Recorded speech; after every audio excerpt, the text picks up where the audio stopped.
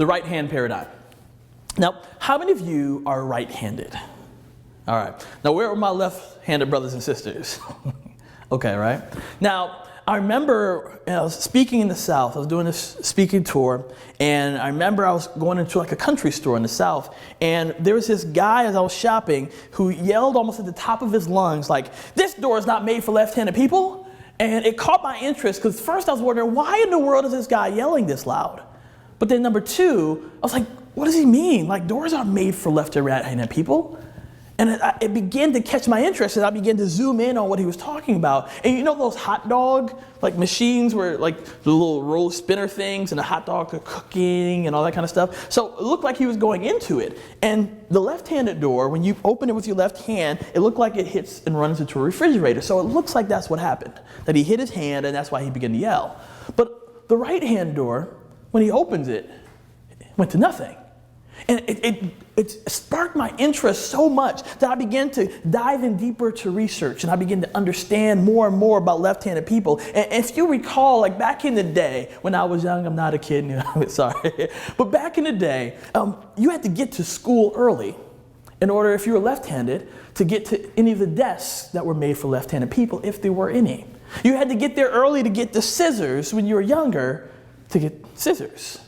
Even today in my professional workshops, as we talk about this, I hear people who tell me like, Justin, I get to dinner meetings early, like business meetings, because if they're left-handed, they want to sit on the corner so that they're not bumping into the person who's right-handed. I've learned in my sessions that people have told me that they've even learned how to be right-handed because they felt and were told that being left-handed was a disadvantage. Now, I went through 30 plus years of my life never, ever even thinking about what it meant to be left-handed because I was right-handed. And I lived in a society that was made for right-handed people. It doesn't make me malicious. It didn't make me a bad person because I was right-handed. But as I began to hear more and more perspectives, I realized that there was a right-handed paradigm in our society. That doors were made for right-handed people. That things, the way you push out or pull in, were made for right-handed people.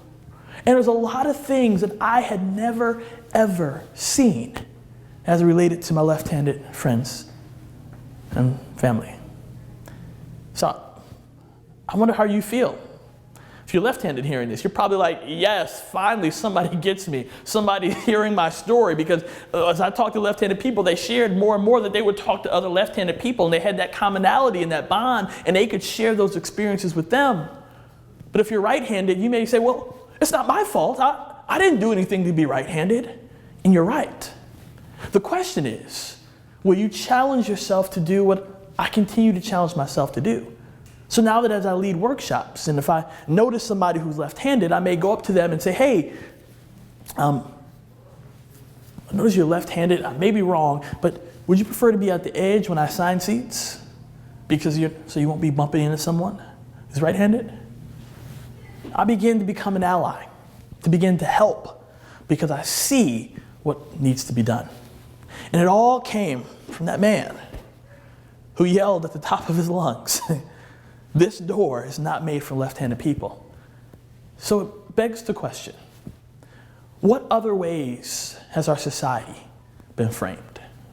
As it relates to ability, as it relates to race, as it relates to educational attainment, as it relates to income, what other privileges might we have, some that we've worked our butt off for, and others that we've simply been born with, that we can lend our paradigm, our privilege, to somebody else to help them in their time of need. When you realize that, man, maybe there is a right-handed paradigm, you start to ask yourself some questions. You start to ask, how can I now use what I know for good?